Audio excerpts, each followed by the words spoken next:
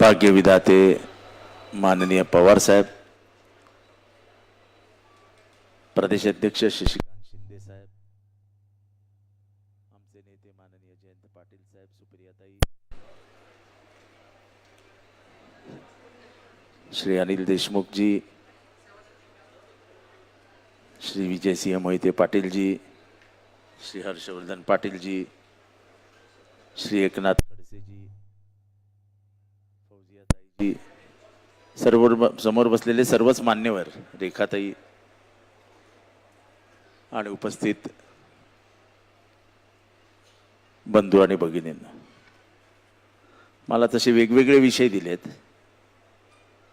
पण विषयाला सुरुवात करताना मी पहिल्यांदा भारताचे पंतप्रधान माननीय नरेंद्र मोदी यांचे मनापासून अभिनंदन करतो, आभार मानतो की उशिरा का होईना पण ते मणिपूरला जात आहेत आणि 7,000 कोटी रुपये घेऊन जात आहेत.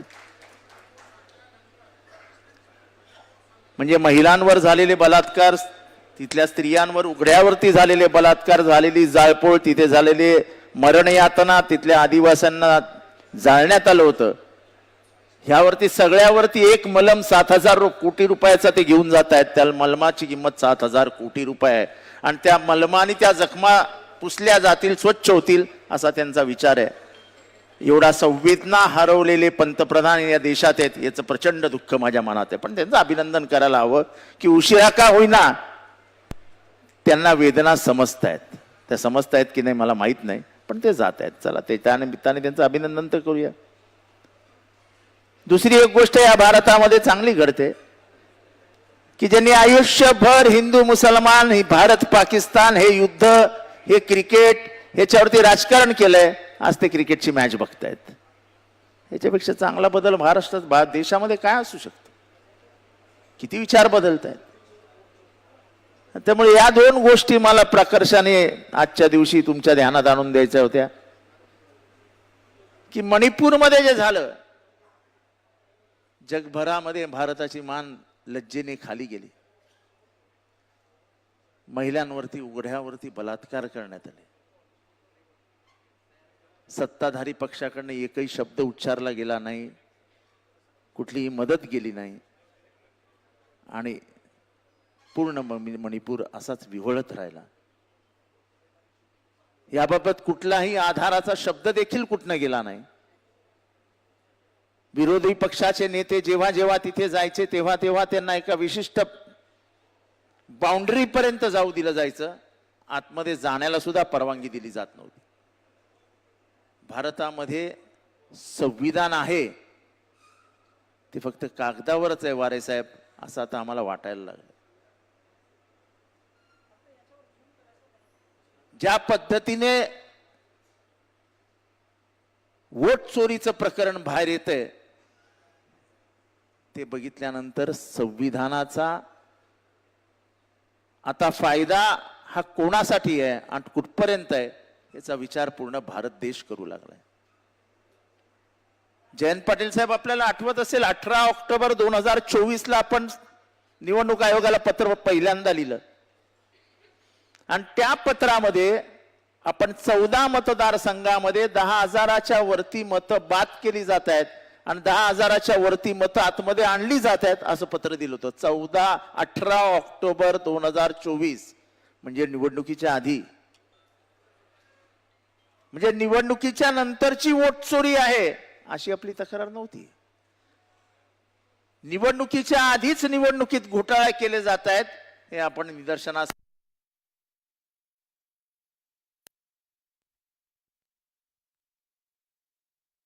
कळत होतं. ते पत्र जर व्यवस्थित आजही वाचलं तर त्याच्यामध्ये निवडणूक आयोगाचं सर्व्हर आणि बीजेपीच्या काही विशिष्ट पदाधिकाऱ्यांच्या हातात त्या सर्व्हरच्या कीज, असं दोन्ही आपण गोष्टी निवडणूक आयोगाच्या निदर्शनास आणून दिलं होतं. निवडणूक आयोगाने तिच्याकडे लक्ष दिलं नाही. नंतर आपला पराभव झाला. बरोबर 30 नोव्हेंबरला मी पहिली पत्रकार परिषद घेतली आणि त्या 30 नोव्हेंबरच्या पत्रकार परिषदेमध्ये 76 लाख मतं 5 महिन्यात वाढली कशी आणि 5 ते नंतर दुसऱ्या दिवशी जे दुपारचे 2 यामध्ये 15% मते वाढली कशी याच्यावरती प्रश्न विचारले ते आजपर्यंत अनुत्तरित आहे. निवडणूक आयोग स्वायत्त असावं, ते ऑटोनॉमस असावं, त्याचे कायदेशीर अधिकारामध्ये कोणीच हस्तक्षेप करू नये. माझ्या भीमाने तो कायदा आणला. या देशाच्या स्वातंत्र्याच्या लढ्यातनं तो निर्माण झाला होता की आपलं स्वातंत्र्य अबाधित राहिलं पाहिजे. काही मुठभर लोकांच्या हातात हे स्वातंत्र्य जाता कामा नाही म्हणून निवडणूक आयोगाची स्थापना झाली की 5 वर्षानंतर येणारी निवडणूक ही इथल्या सर्वसामान्य जनतेच्या मनात जे आहे ते प्रतिबिंबित झालं पाहिजे मतांच्या रूपाने आणि त्या मतातनं जो बदल घडवायचा तो घडला पाहिजे. पण तो घडतच नाही. बिहारमध्ये ज्या पद्धतीने जवळजवळ 80 लाख मतं कमी करण्यात आली ते तर धक्कादायक होतं. पण जे निवडणूक सर्वेक्षणाच्या नावाखाली SIRच्या नावाखाली बिहारमध्ये झालं ते महाराष्ट्रात विधानसभेत आधीच झालं होतं. महाराष्ट्राच्या विधानसभेच्या निवडणुकांमध्ये शिंदे साहेब आपण 1500 मतं खोटी आहेत असं कलेक्टरच्या निदर्शनास आणून दिलं होतं. आपल्या मतदारसंघात कलेक्टरनी मान्य केलं, ती नावं कमी केली. पण निवडणुकीच्या दिवशी निवडणूक निर्णय अधिकाऱ्यांनी 1500 मतं नावं तशीच ठेवली आणि त्यावर मतदान देखील झालं. आपण कोर्टात गेलात. आज निवडणुकीला 1 वर्ष होत आलं. माझं असं स्पष्ट मत आहे, justice delayed is justice denied. याला काय अर्थ आहे? 5 वर्षानंतर तुम्ही निर्णय द्याल सांगाल शशिकांत शिंदे बरोबर होते. 5 वर्ष गेलेली आहेत. लोकशाहीची क्रूर थट्टा झालेली आहे. आणि ही प्रक्रिया मी आजही सांगतो, या प्रक्रियेला अत्यंत हुशारीने लोकसभेतनच सुरुवात झाली होती. न्यायाधीश चंद्रचूड यांनी पहिल्यांदा एक निर्णय दिला आणि निवडणूक आयोगाची स्थापना करत असताना, निवडणूक आयुक्त निवडत असताना विरोधी पक्षनेता, पंतप्रधान आणि सर्वोच्च न्यायालयाचे सर्वोच्च न्यायाधीश या तिघांच्या समितीने तो निवडावा असा निर्णय न्यायाधीश चंद्रचूड यांनी दिला. आपण सगळ्यांनी हा ऐका आता. हा निर्णय आपल्या विरोधात आहे.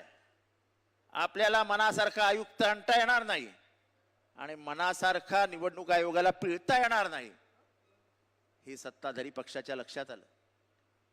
सत्ताधारी पक्षाने हा कायदा लोकसभेत नेला आणि लोकसभेतनं त्यांनी सर्वोच्च न्यायालयाचे सर्वोच्च न्यायाधीश, सरन्यायाधीश हे त्या समितीत नसतील, त्यांना बाहेर काढण्याचा निर्णय घेतला. आणि त्यामध्ये 2 मंत्री म्हणजे पंतप्रधान आणि 1 मंत्री आणि विरोधी पक्षनेता असे असतील. तेव्हा विरोधी पक्षनेताच नव्हता या देशाला. त्यामुळे संपूर्ण अधिकार हे मी सत्ताधारी पक्ष म्हणणार नाही पण बीजेपीच्या हातात गेल्या आणि पहिल्यांदा राजीव नावाचा निवडणूक आयुक्त आला. महाराष्ट्राच्या राजकारणाचं वाटोळं जर कोणी केलं असेल तर आपल्यातल्या फुटीर लोकांनी केलंच, पण याला सर्वात मोठा आशीर्वाद होता तो हे निवडणूक आयुक्त राजीव यांचा. मी दर केस अटेंड केली आहे. निवडणूक आयोगाच्या प्रत्येक हिअरिंगला मी गेलोय. शेड्यूल 10 भारतातला पक्षांतर विरोधी कायदा इतका मजबूत आहे की त्याच्यातनं कोणालाही बाहेर जाता येत नाही. किंबहुना पक्षातनं फुटल्यानंतर तुम्हाला स्वतंत्र अस्तित्व ठेवताच येत नाही असा कायदा, म्हणजे कुठलाही अनाड्याने तो कायदा वाचला तरी तो कायदा स्पष्ट आहे. पण निवडणूक आयोगाने ज्या पद्धतीने निकाल दिला तो निकाल ऐकल्यानंतर आम्हाला धक्काच बसला. आमच्यातनं फुटून गेलेल्यांचं स्वातंत्र्य अस्तित्व मान्य करून ज्या बाळाला माझ्या आईने जन्म दिला ते बाळ दुसऱ्याच्या मांडीवर देण्याचं काम निवडणूक आयोगाने केलं. मग ते शिवसेनेचं असो नाही तर राष्ट्रवादी काँग्रेसचं असो, अरे आमचं बाळ ना. अरे ज्या बाळाची पैदास शरद पवार साहेबांनी केली, ज्या बाळाची पैदास कैलासवासी बाळासाहेब ठाकरेंनी केली, ते बाळ काढून तुम्ही दुसऱ्याच्या मांडीवर देता. आणि याला कारणीभूत फक्त आणि फक्त राजीव होता. नंतर खटला सर्वोच्च न्यायालयात गेला. सर्वोच्च न्यायालयावर टीका टिप्पणी करू नये असं म्हणतात, पण तो माझा अधिकार आहे. स्वतंत्र नागरिक म्हणून स्वातंत्र्य, मला दिलेलं स्वातंत्र्य, व्यक्त होण्याच्या स्वातंत्र्यातनं मी हे व्यक्त करतो की सर्वोच्च न्यायालयाने जे गतीने हा तिढा सोडवायला पाहिजे होता, तो तिढा सोडवला नाही. परत एकदा मी रिपीट करतो, justice delayed is justice denied. ज्या लोकांनी पक्षांतर केलं होतं त्यांची आमदारकी रद्द व्हायला हवी होती, ती न होता निवडणुका लागल्या. निवडणुकीच्या माध्यमातून ते परत निवडून आले आणि आज ते सत्तेत आहेत. सत्ता नाही याचं दुःख नाही, पण लोकशाहीचा पराभव होतोय आणि हळूहळू या देशातली राज्यघटना ही विस्कळीत होऊन विसर्जित केल्यासारखी होते.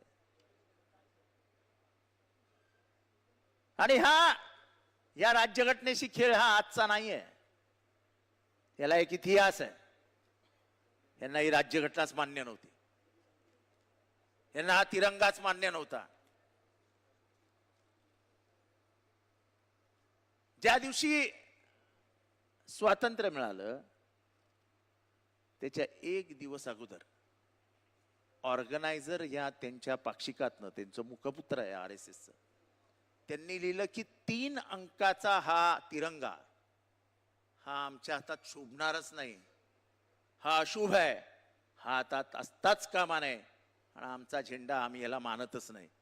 हे कधीचं वाक्य यांचं? 1946. संविधान 1950 साली आलं. त्यांनी सांगितलं आम्हाला हे संविधानच मान्य नाही, आमचं संविधान हे मनुस्मृती आहे. आणि जे वारे साहेब बोलले तेच खरं. स्त्रियांना स्वातंत्र्य द्यायचं नाही, इथल्या मागासवर्गीयांना स्वातंत्र्य द्यायचं नाही, इथल्या मागासवर्गीयांना अधिकार द्यायचा नाही, इथल्या मूळभर लोकांच्या हातातच इथली राजकीय आणि सामाजिक सत्ता ठेवायची, हा मूलभूत हेतूच त्याच्या मागे होता. आणि म्हणून त्यांना हे संविधान मान्य नव्हतं.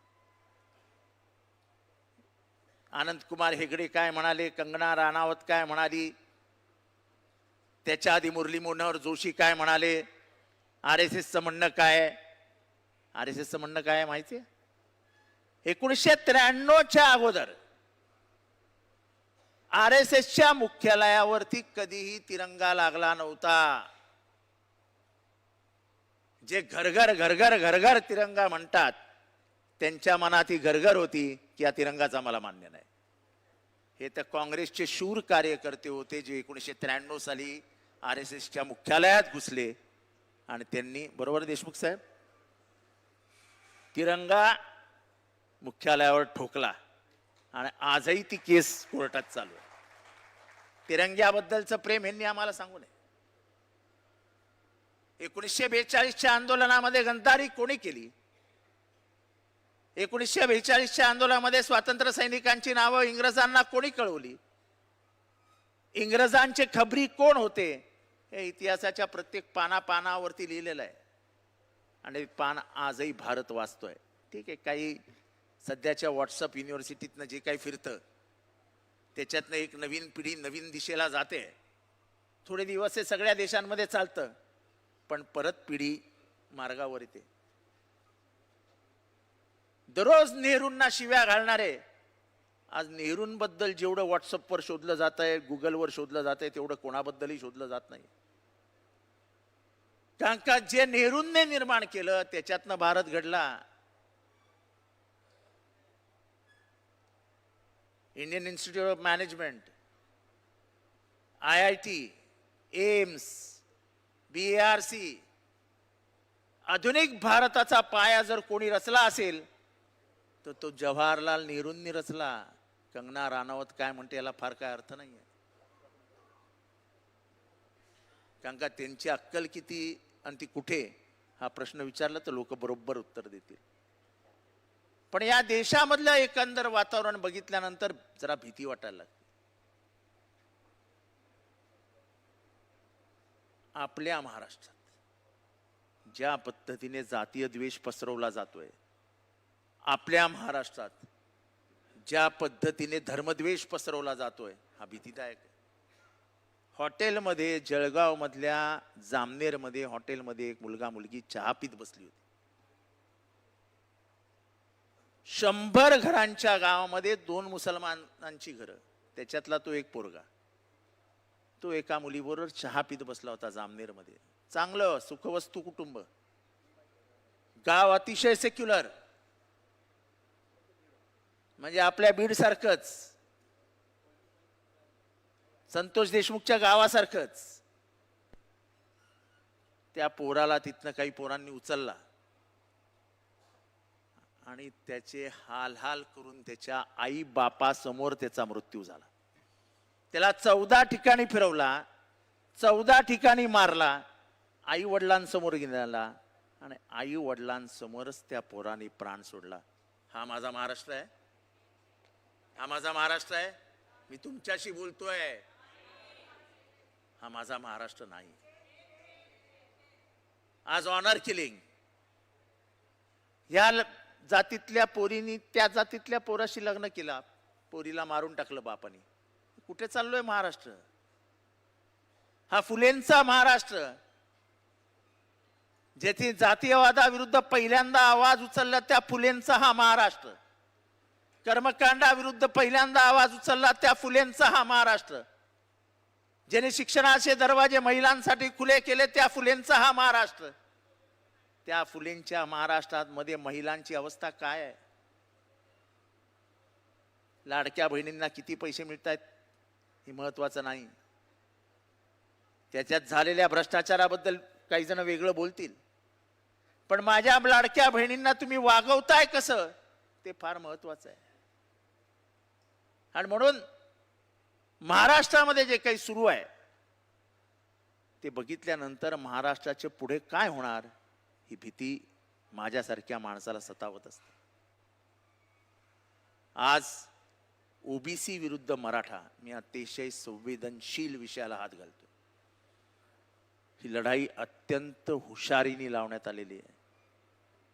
कोणाच्या हातात काय आहे काहीच समजत नाहीये, कोणी काय गमावलाय काहीच समजत नाही, पण दोन्ही समाज अस्वस्थ करण्यात मात्र यश आलेलं आहे. मी माझ्या पक्षाच्या व्यासपीठावरनं माननीय पवार साहेबांची परमिशन घेऊन एक विधान या ठिकाणी करतो की काल जे भुजबळ साहेबांबद्दल बोललं गेलं की त्यांच्या पेकाटात लाथ मारून त्यांना मंत्रिमंडळातनं बाहेर काढा, या विधानाचा मी या ठिकाणी तीव्र शब्दात निषेध करतो. आणि तुम्ही सगळ्यांनी हात वरती करून त्याचा निषेध करा. सगळ्यांचे हात वरती पडते पाहिजे, हे चालणार नाही. महाराष्ट्राची ही भाषा नाही. कोणतरी कुठल्या तरी पक्षाचा आमदार आपल्या पक्षाचा काहीतरी झेंडा हातात घेऊन, भुजबळांची भूमिका काय ह्याच्यात मतमतांतर असू शकतात, पण एखाद्या ज्येष्ठ नेत्याबद्दल असं बोलणं, एका समाजाचं प्रतिनिधित्व करणाऱ्या नेत्याबद्दल असं बोलणं, हे कितपत योग्य आहे या लोकशाहीमध्ये याचा विचार आपण केला पाहिजे. आणि म्हणून मी अत्यंत हिम्मत करून हे विधान करतोय की होता कामा नये. लोकशाहीमध्ये ते मंत्रिमंडळात आहे, माननीय मुख्यमंत्र्यांना अधिकार आहे त्यांना मंत्रिमंडळातनं बाहेर काढायचं, काढा. पण अशा प्रकाराने एखाद्या ज्येष्ठ मंत्र्याचा, एका ज्येष्ठ नेत्याचा महाराष्ट्रात अपमान करणं हे या महाराष्ट्राच्या राजकीय संस्कृतीला शोभणारा नाही. त्याचा निषेध झालाच पाहिजे. आपलं व्यासपीठ भलंही वेगळं असेल, पण आपली राजकीय संस्कृती पवार साहेबांची संस्कृती आहे. मला आजही आठवतं 1993 साली गोपीनाथ मुंडे साहेबांनी पवार साहेबांवरती पहिल्यांदा टीका केली आणि टीका केल्यानंतर महाराष्ट्रातलं वातावरण जरा तापल्यासारखं झालं. मी तेव्हा NSUIचा कार्यकर्ता होतो, पण माझ्या माहितीप्रमाणे, माझ्या ज्ञानाप्रमाणे रात्री 2:30-3 वाजता पोलिसांची बैठक घेऊन माननीय कैलासवासी गोपीनाथ मुंडेंची सुरक्षा व्यवस्था ही तिप्पट करण्याचे आदेश त्याच रात्री माननीय पवार साहेबांनी दिली. ही महाराष्ट्राची राजकीय संस्कृती. आणि म्हणून मला हे आठवलं खरं तर ओबीसीच्या आरक्षणाला धक्का लावू नये ही आमची भूमिका आम्ही आज ह्या व्यासपीठावरनं जाहीर करतो आहोत. कुठल्याही प्रकाराने असं आहे की ओबीसीला आरक्षण देण्यासाठी योगदान कोणाकोणाचं आहे असा जर प्रश्न विचारला तर पहिलं योगदान जर कोणाचं असेल तर ते भीमराव बाबासाहेब आंबेडकरांचं आहे. 341 कलम आणलं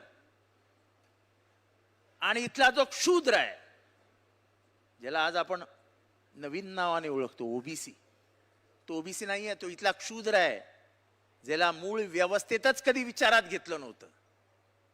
इथला कोळी, माळी, सोळी, वंजारी, धनगर असे महाराष्ट्रात 346 जाती आहेत आणि पूर्ण भारतात जवळजवळ 7,500 जाती आहेत. यांना कधीही मुख्य प्रवाहात घेतलं नव्हतं आणि याची खंत ही डॉक्टर बाबासाहेब आंबेडकरांच्या मनात होती. अतिक्षुद्र आणि क्षुद्र हे दोन बाबासाहेबांच्या नजरेसमोर होते. अतिक्षुद्रांना आरक्षण देण्यात बाबासाहेब यशस्वी झाले आणि जेव्हा त्यांच्या लक्षात आलं की जे क्षुद्र दऱ्याखोऱ्यात राहत आहेत, ज्या क्षुद्रांचं प्रतिनिधित्व महात्मा फुलेंनी केलं होतं, मला महात्मा फुले माळी होते आणि त्यांनी माळी आणि तत्सम सगळ्या जातींच्या व्यथा या ब्रिटिशांसमोर मांडल्या होत्या. त्या क्षुद्रांच्या व्यथा होत्या, ज्या गावकुसाबाहेरच्यांच्या व्यथा होत्या. त्यांचा आदर्श ठेवत मी संविधान बनवलंय असं कोण म्हणाले होते? असं भीमराव बाबासाहेब आंबेडकर म्हणाले. बाबासाहेबांच्या जेव्हा लक्षात आलं की शूद्रांना आरक्षण मिळत नाही, जेव्हा जी 5 कारणं त्यांनी राजीनामा देताना दिली होती त्याच्यातलं एक कारण की शूद्रांना आरक्षण जर देऊ शकत नाही तर मला मंत्रिमंडळात सामाजिक न्याय मंत्री म्हणून राहण्याचा अधिकार नाही आणि म्हणून त्यांनी राजीनामा दिला. नंतर कालेलकर आयोगाला, हा आयोग आला, तो आयोग आला आणि शेवटी बीपी मंडल आयोग आला. कर्पूरी ठाकूर यांनी बिहारमध्ये 26% आरक्षण ओबीसीला दिलं, म्हणजे क्षुद्रांना दिलं. कर्पूरी ठाकूर हे जातीने न्हावी होते. जाऊन इतिहासाची पुस्तकं वाचा. ज्या बिहारमध्ये पहिल्यांदा आरक्षण आलं त्या कर्पूरी ठाकूर यांना नंतरच्या काळात फक्त आई बहिणींवरनं शिव्या ऐकायतच बिहारमध्ये दिवस गेले. पण कर्पूरी ठाकूरांचं उदाहरण घेऊन तेव्हा त्या जनता पक्षाने मंडळ आयोग आणला आणि मंडळ आयोगाचा स्वीकार हा विश्वनाथ प्रताप सिंग यांनी केला. त्या विश्वनाथ प्रताप सिंग यांचं मंत्रिमंडळ पाडण्यात सर्वात मोठा वाटा होता तो माननीय लालकृष्ण अडवाणी, मुरली मनोहर जोशी आणि अटल बिहारी वाजपेयी आणि भारतीय जनता पार्टीचा. जर तुम्हाला एवढंच ओबीसी बद्दल प्रेम होतं तर मंडळ आयोगाचा खुला मनाने स्वीकार का नाही केला? मंडळ आयोगाची अंमलबजावणी जेव्हा सुरू झाली तेव्हा हातात कमंडल घेऊन झाले स्वच्छ झाली, स्वच्छ झाली, स्वच्छ झाली, ती यात्रा कशाला काढलीत? म्हणजे एकंदरच ओबीसींच्या बद्दल तुमच्या मनात किती राग होता हे कमंडल यात्रेवरनं सिद्ध झालं. एका ज्येष्ठ साहित्यिकाने आपल्या पुस्तकात लिहून ठेवलंय की मनुष्याच्या आयुष्यात त्याला मिळालेली सर्वात मोठी देणगी काय असते? तर विस्मृती. माणूस विसरून जातो. तसं काळाच्या ओघामध्ये आपण विसरून गेलो की बीजेपीची मूळ भूमिकाच काय होती. आज कदाचित मी हा शब्द वापरला तर लोकांना आवडणार नाही, पण आयुष्यभर ज्यांचा फक्त शेटजींनी आणि भटजींनी चालवला त्यांच्या मनात दुसरा असूच काय शकत होतं? त्यांच्या मनात इथल्या 97% समाजाबद्दल तिरस्कारच होता. हा फक्त राजकीय सोयीसाठी. आमचा डीएनए ओबीसीचा आहे बरं का, तुमचा डीएनए हा ओबीसीचा नाही. तुम्हाला आरक्षणच नको होतं आणि तुम्ही म्हणून संविधानाच्या विरोधात भूमिका घेऊन आरक्षण रद्द व्हावं यासाठी वारंवार प्रयत्न केला. जसं बीपी मंडळ आयोग आला तसा आम्हाला अभिमानाने आज आम्ही महाराष्ट्रात सांगतो की मंडळ आयोगाची अंमलबजावणी आणि इथल्या क्षुद्रांना आरक्षण जे बाबासाहेबांचं स्वप्न होतं ते पूर्ण करण्याचं काम जर कोणी केलं तर ह्या महामानवाने केलं ज्याचं नाव शरदचंद्र गोविंदराव पवार आहे. RSS ला पवार साहेबांबद्दल राग का? तर स्थापनेनंतर महाराष्ट्रात स्थापन झाली. एक लक्षात घ्या, RSS उत्तर प्रदेशमध्ये स्थापन नाही झाली आहे. RSS गुजरातमध्ये स्थापन नाही झाली आहे. RSS तुमच्या माझ्या महाराष्ट्रात स्थापन झाली आहे. महाराष्ट्रामध्ये दोन गोष्टी या महाराष्ट्राच्या कायम इथे लागतील, ती म्हणजे गांधींची हत्या करणारा देखील महाराष्ट्रातच जन्माला आला. हिंदू मुसलमानांचा सर्वात मोठा द्वेष तयार करण्याची फॅक्टरी पण महाराष्ट्रात झाली. आणि आज दुर्दैवाने जातीयवादीचं विष घराघरापर्यंत पोहोचवण्याचं काम जर कुठे देशभरात चालू झालं असेल तर ते महाराष्ट्रात सुरू झालंय. आणि त्याच्या लॅबॉरेटरी महाराष्ट्र झाली आहे. हैदराबाद गॅझेटियर, मी परवा गॅझेटियर वाचत होतो शशिकांत शिंदे साहेब, आणि म्हणून आज मी मागणी पुढे करतो, हैदराबाद गॅझेटियर लावायचं आहे ना, तर हैदराबाद गॅझेटियर मध्ये लिहिलंय की व्हिजेएनटीला एसटीचे अधिकार द्या. काळबांडे हैदराबाद गॅझेटियर मध्ये आहे ना, हा मग द्या ना. धनगर वंजारी द्या आम्हाला एसटीचे अधिकार, बंजारा द्या एसटीचे अधिकार, लावाय हैदराबाद गॅझेटियर. असे निवडू नका. हैदराबाद गॅझेटियर नंतर 6 महिन्यांनी समजेल लोकांना काय मिळणार आहे, त्याच्याबद्दल मला बोलायचं नाही. पर अमर महाराष्ट्रातल्या ओबीसींना अस्वस्थ करण्याचं काम या सरकारने अत्यंत यशस्वीरित्या केलंय. ओबीसींनी आता डोळे उघडावे, कोण कोणाच्या खरंच कोण कोणाबरोबर आहे.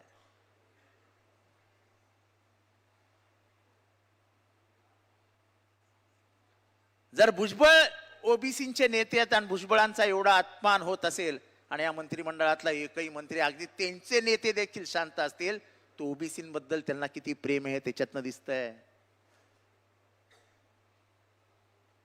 एक चकार शब्द आला नाही कोणाच्या तोंडातनं, भुजबळ एकटेच बोलले. पण एकंदरीतच मराठा विरुद्ध ओबीसी हा संघर्ष पेटवण्यात या सरकारला यश आलेलं आहे. हा संघर्ष पेटू नये, मराठ्यांना आरक्षण मिळावं ही आपली भूमिका होती, ही भूमिका आहे.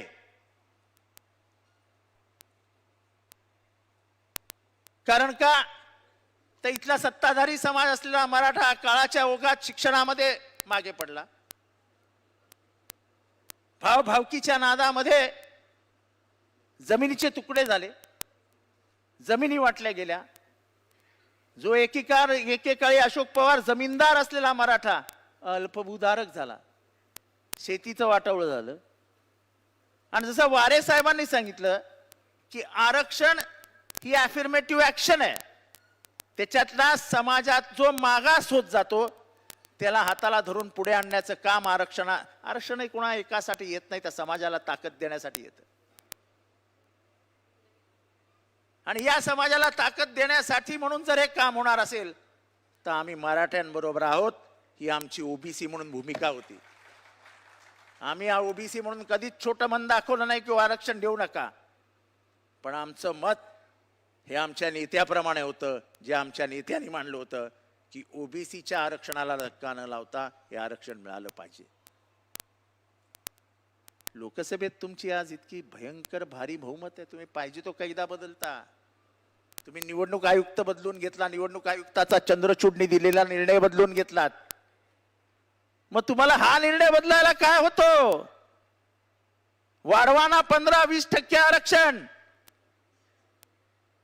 आणि मग इथला गुजर असो, इथला जाट असो, इथला पाटीदार असो, नाही तर इथला मराठा असो, द्या त्यांना आरक्षण. आमची आग्रही मागणी आहे. आम्ही लोकसभेमध्ये तुमच्या बरोबर उभे राहू.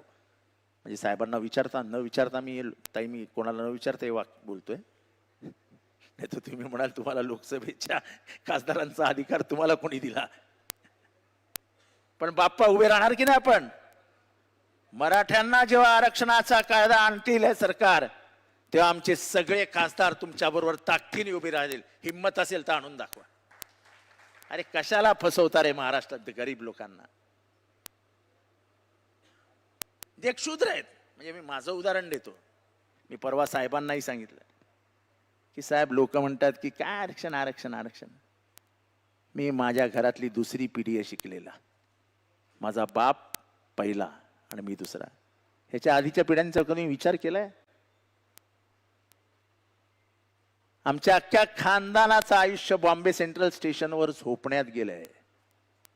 ह्याची आम्हाला खंत नाही, अभिमान आहे की त्याच्यातनं उठून आम्ही आज इथपर्यंत आलो. अर्थात त्याच्यासाठी एक पवार नावाच्या माणसाचा आशीर्वाद आमच्या पाठीशी होता. पण ही लढाई लढत असताना आमचे डोळे उघडे आहेत. आम्हाला दिसतंय की यांना आरक्षण काढून, यांना संविधान बदलून परत एकदा जात व्यवस्था निर्माण करायची आहे आणि जातीच्या वरवंट्याखाली वरती आलेल्यांना परत पिसायचं आहे. हे आता आम्ही होऊ देणार नाही. बिहारमध्ये जातीय जनगणना झाली आणि साहेब, जातीय जनगणनेमध्ये जयंत पाटील साहेब काय आढळलं माहितीये? 63% ओबीसी आहेत. 63%. उगाच नाही बीजेपीने पटकन निर्णय घेतला जातीय जनगणना करूया. कारण का समोर बिहारच्या निवडणुका आहेत. बिहारच्या निवडणुकांमध्ये जर ओबीसींच्या मतांना आपण फुंकर घातली नाही तर आपला टिकावंच लागणार नाही. हे त्यांच्या बरोबर ध्यानात आलंय. पण घोषणा तर झाली, होणार कधी? कुठलाही कायदा नाही. लोकसभेची त्याच्यानंतर 2 अधिवेशनं होऊन गेली. सेन्ससच्या बाबतीत चर्चा नाही. हे फक्त इथे, म्हणजे जे महाराष्ट्रात केलं गेलंय, मराठ्यांना इथे गोळ, ओबीसींना इथे गोळ. ओबीसींनी इथे बघायचं, मराठ्यांनी इथे बघायचं. गोळ फक्त लागलेला दिसतोय, जिभेला लागतच नाही. बाप्पा, वाईट वाटून घेऊ नका. मी कोणाविरुद्धही नाही. मी निधर्मी आणि मला जातच नाही. मला माणूस की ही एकच जात माझ्या बापाने शिकवली. आणि म्हणून जेव्हा जामनेर मध्ये एका मुसलमान पोराला उचलून मारला जातो तेव्हाही माझं हृदय तुटतं. जेव्हा पश्चिम महाराष्ट्रामध्ये एका माझ्या भगिनीला गळा कापून विहिरीत टाकलं जातं तेव्हाही माझा जीव तुटतो. कारण का शेवटी महाराष्ट्र हा फुलेंचा आहे, शाहूंचा आहे, आंबेडकरांचा आहे. हिचे जात धर्म आम्ही कधीच मानला नाही. त्याच्या पलीकडे जाऊन आम्ही राजकारण केलं आणि म्हणून महाराष्ट्र उभा राहिला आणि देशाला दिशा दिली. पण ह्या देशाला वेगळ्या दिशेला नेण्याचं काम आता महाराष्ट्रातनं सुरू झालं. त्यामुळे आजच्या शिबिरातनं जेव्हा परत जाल तेव्हा लक्षात ठेवा की महाराष्ट्र पेटवण्याचं काम केलं जात आहे. महाराष्ट्र पेटवण्याचं काम केलं जात आहे. ओबीसी विरुद्ध मराठा ही जाणून बुजून लढाई लावली जाते. कारण का महागाई, जीएसटी, भ्रष्टाचार ह्याच्या गटार गंगेमध्ये अडकलेला महाराष्ट्र आपल्या हातातनं जातोय. हा जेव्हा सत्ताधारी पक्षाला दिसतंय तेव्हा त्याच्यावर उपाय एकच असतो, डिवाइड अँड रूल. ह्या ब्रिटिशांच्या औलादी आहेत. ह्यांना हे बरोबर समजतं की समाजामध्ये फूट पडायची. ज्याप्रमाणे 1857च्या आंदोलनामध्ये आणि नंतरच्या काळामध्ये हिंदू मुसलमानांमध्ये ब्रिटिशांनी फूट पाडून स्वतःची राज्य व्यवस्था मजबूत केली, त्याचप्रमाणे या गोऱ्यांच्या वारसदार आजही तेच काम करतात. आणि म्हणून मी नेहमी घोषणा देतो, तब लढे थे गोरों से, अब लढेंगे चोरों से. हे चोर आहेत, चोर. हे चोर आहेत, चोर. ही व्यवस्था बर्बाद करायला निघालेली टोळी आहे. मला वाईट वाटतं, वाईट. साहेब बोफोर्स आठवतो? बोफोर्स, जयंत पाटील साहेब बोफोर्स आठवतो? जॉर्ज फर्नांडिस यांनी पहिल्यांदा खडसे साहेब बोफोर्सचा आरोप केला. त्याच्यातल्या आतमधली स्टोरी पवार साहेबांना माहिती आहे की जॉर्ज फर्नांडिसला ते कोणी सांगितलं, ओलाफ पाल्मेची हत्या कशी झाली ते मी काही ते सांगत नाही. पण आरोप कितीचा होता माहितीये? की जॉर्ज फर्नांडिसने आरोप केला देशामध्ये की राजीव गांधी यांनी 65 कोटी रुपये घेतले. किती? 65 कोटी. आजकाल 65 कोटी म्हटल्यावरती 65 कोटी ते तर दररोज येतात बंगल्यावरती, त्याच्यात काय मोठं आहे? पण 65 कोटीमध्ये राजीव गांधी अख्खं गव्हर्नमेंट गेलं, अख्खं गव्हर्नमेंट. मुंबई मधल्या एका रस्त्यामध्ये भ्रष्टाचार झाला. लार्सन अँड टुब्रोनी ती केस सुप्रीम कोर्टापर्यंत नेली आणि सुप्रीम कोर्टाने सांगितलं की या टेंडर मध्ये कितीचा घोटाळा झालाय? 3000 कोटीचा. आपल्या इथली माशी तरी हल्ली का? आम्ही तुम्हा कार्यकर्त्यांना विचारतोय, आपल्याला माहिती तरी आहे का? 3000 कोटीचा घोटाळा हा कोणी आरोप नाही केला. हा 3000 कोटीचा घोटाळा झाला हे सर्वोच्च न्यायालयाने निदर्शनास आणून दिलं आणि विचारलं की आम्ही याच्यात मध्ये पडावं का तुम्ही टेंडर कॅन्सल करता? तिथे असलेले सरकारी अधिकारी सर्वोच्च न्यायालयाच्या शिड्या उड्या मारत मारत पळाले. महाराष्ट्र सदनात गेले, रातोरात फोनाफोनी झाली आणि दुसऱ्या दिवशी सकाळी पहिल्याच मिनिटाला हे कोर्ट सुरू झाल्या मुख्य न्यायाधीशाच्या कक्षामध्ये जेव्हा ही केस सुरू होती तिथे जाऊन सांगितलं, we have decided to cancel the tender. पण त्याच्या आधी आलेला ऍडव्हान्स कोणाच्या खिशात गेला जयंत पाटील साहेब ते कोणालाच माहित नाहीये. ऍडव्हान्स घेण्याची तर प्रथा महाराष्ट्रात सुरू झाली आहे, तर तुम्हाला माहिती आहे, आणि ती किती जोरात सुरू आहे हेही तुम्हाला माहिती आहे.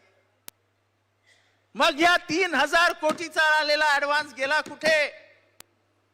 हा प्रश्न महाराष्ट्र विचारणार आहे की नाही? जर 65 कोटीमध्ये राष्ट्रीय सरकार राजीव गांधींचं उलटू शकतं, तर 3000 कोटीवरती संवेदनशील महाराष्ट्र हा संवेदना हरवून बसतो. अरे तुमचे माझे पैसे आहेत ना, तुमच्या माझ्या बापाच्या टॅक्स मधनं निघालेले पैसे आहेत. हा शक्तीपीठ हे काय आहे? शक्तीपीठ म्हणजे निव्वळ लक्ष्मी दर्शन आहे, निव्वळ लक्ष्मी दर्शन. आणि भ्रष्टाचार हा फक्त पैशाचा नसतो, हा नैतिक असतो, हा सामाजिक असतो, असा आर्थिक असतो. हे महाराष्ट्रात जो काही भ्रष्टाचार चालू आहे तो फक्त आर्थिक नाही आहे, या महाराष्ट्राच्या मानसिकतेला बर्बाद करणारा भ्रष्टाचार चालू आहे. आणि त्यामुळे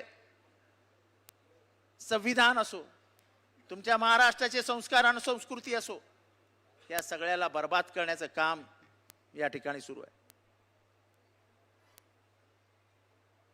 मी मध्यंतरी मनुवाद आणि सनातन या विषयावर बोललो. काही लोकांना ते खटकतं, पण जेव्हा मी बोलतो तेव्हा त्याला मी इतिहासाचा स्पर्श केलेला असतो. माझा प्रश्न आहे काय हो, ज्ञानेश्वरांच्या आई वडिलांना कोणी आत्महत्या करायला लावली हो? त्यांची नावं काय होतं? ते कोण येतो? ते कोण आहेत? ते मनूचे वारसदार नाहीत? तुकारामाच्या गाथा बुडवायला लावल्या ज्या अंबाजी भटाने तुकारामाचा छळ केला, ती मनूची औलाद नव्हती?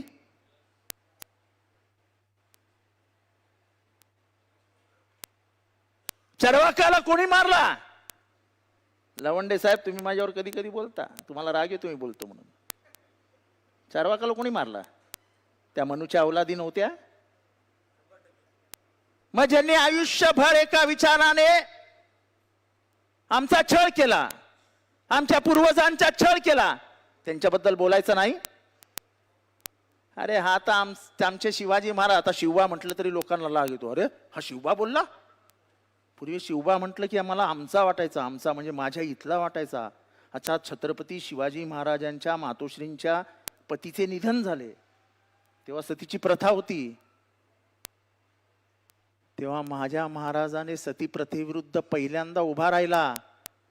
तेव्हा कर्मकांडाविरुद्ध पहिला महाराष्ट्रात कोण उभा राहिला? तर छत्रपती शिवाजी महाराज. आणि मग त्यांच्या राज्याभिषेकाला विरोध करणाऱ्या मनूच्या औलादींवरती बोलायचं का बोलायचं नाही?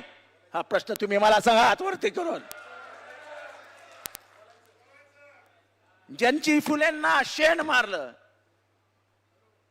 ज्यांनी फुलेंना दगडगोटे मारले, ज्यांनी फुलेंच्या खुनाची सुपारी दिली, ज्यांनी फुलेंच्या पत्नीच्या तोंडाला शेण फासलं, त्यांच्या विरुद्ध बोलायचं का बोलायचं नाही लवंडे साहेब? ज्यांनी शाहू महाराजांनी या समाजाची व्यवस्था बदलण्याचा निर्णय घेतला, खऱ्या अर्थाने जगभराला डॉक्टर बाबासाहेब आंबेडकरांची ओळख माणगावच्या संमेलनात करून दिली आणि मागासवर्गीयांच्या संमेलनामध्ये बोट दाखवत सांगितलं, तुम्हाला तुमचा नेता मिळाला आणि समोर बाबासाहेब उभे होते. 1920 या बाबासाहेबांच्या सगळ्या शिक्षणाचा खर्च हा शाहू महाराज आणि गायकवाड साहेबांनी केला. ज्या शाहू महाराजांनी इथली समान व्यवस्था, समता आणि समानता आणली, त्या शाहू महाराजांचा खून करण्याचा ज्यांनी प्रयत्न केला, त्यांच्या विरुद्ध बोलायचं का बोलायचं नाही? अरे तुम्ही माझ्या बाबाला, माझ्या भीमाला वर्गात बसू दिलं नाही रे. तुम्ही माझ्या बाबाला आणि भीमाला वर्गात बसू दिलं नाही. वर्गात किती जणांना माहिती आहे की बाबासाहेबांनी आपलं शिक्षण दरवाजाच्या बाहेर बसून घेतलंय, बाहेर.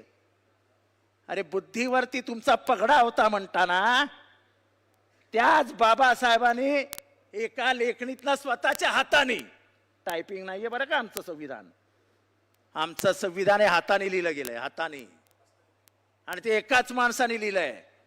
कोण जर म्हणत असेल ना की 7 जण होते समितीमध्ये, तर 3ऱ्या महिन्यात 6 जण निघून गेले होते आणि एकटेच बाबासाहेब राहिले होते.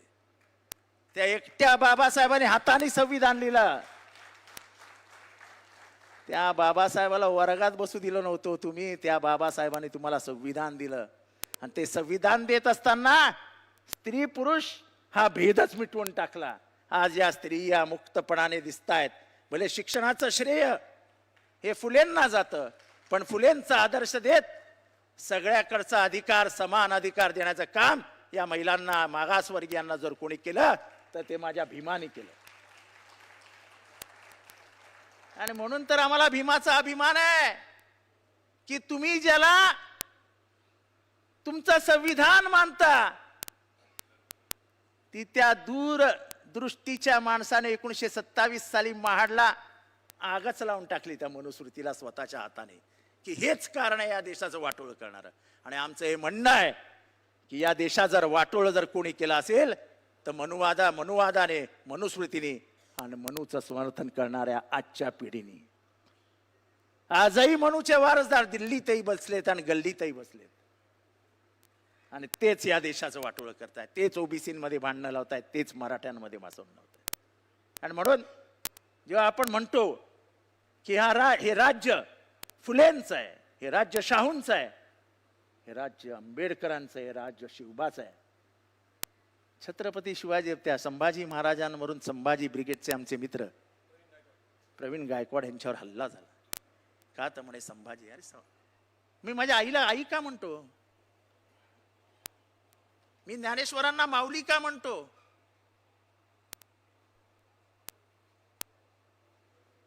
कारण का ते आपलेपणा आहे, आपलेपणा. जिथे आपलेपणा आहे तिथे आई आहे, जिथे आई आहे तिथे मन आहे, जिथे मन आहे तिथे हृदय आहे, आणि जिथे हृदय आहे तिथे पाना आहे. जिथे पाना आहे तिथे सगळं माफ असतं.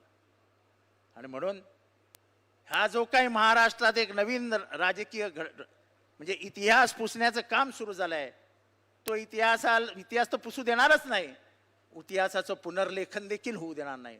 जो इतिहास जसा आहे तसाच तुम्हाला मान्य करावा लागेल, कारण का तो इतिहास तुम्हाला जड जाणारा इतिहास आहे आणि म्हणून तो तुम्हाला नको आहे. तो इतिहासाचे आम्ही पुरस्कर्ते आहोत. तुम्ही जो जातीयवाद, तुम्ही जो धर्मद्वेष पसरवतात, तुम्ही महाराष्ट्राचं वाटोळं करायला निघालात, ते तुमच्या हातातनं आम्ही होऊ देणार नाही. आम्ही ते वाचवण्यासाठी आज नाशकात आलेलो आहोत.